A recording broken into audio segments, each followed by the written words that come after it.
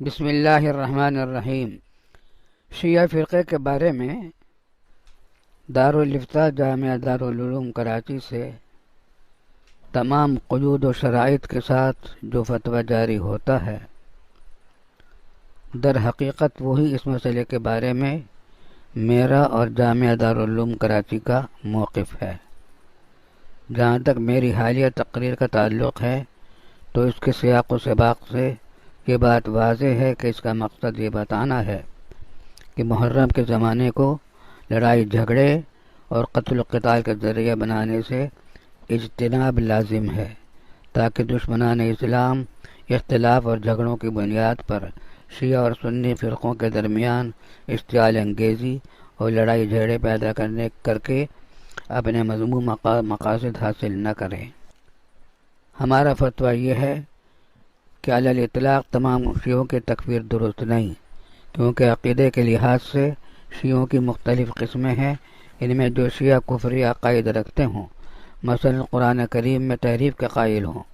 یا یہ عقیدہ رکھتے ہوں کہ حضرت جبریل علیہ السلام سے وحی لانے میں غلطی ہوئی ہے، یا حضرت عائشہ رضی اللہ تعالیٰ عنہ پر تہمت لگاتے ہوں، یا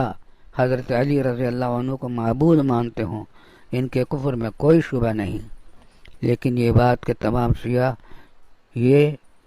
یا اس قسم کے کافرانہ عقائد رکھتے ہیں تحقیق سے ثابت نہیں ہوئی،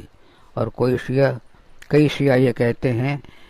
کہ ہماری مذہبی کتاب الکافی یا اصول الکافی میں جتنی باتیں لکھی ہم ان سب کو درست نہیں سمجھتے۔ دوسری طرف کسی کو کافر قرار دینا چونکہ نہایت سنگین معاملہ ہے،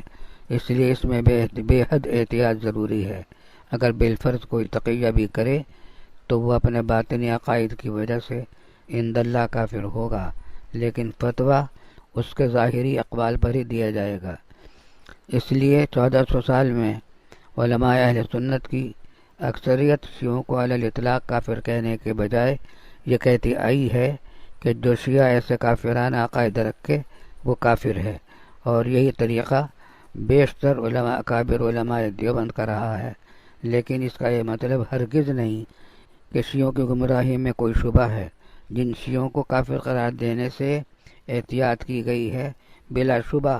وہ بھی سخت ضلالت اور گمراہی میں ہیں۔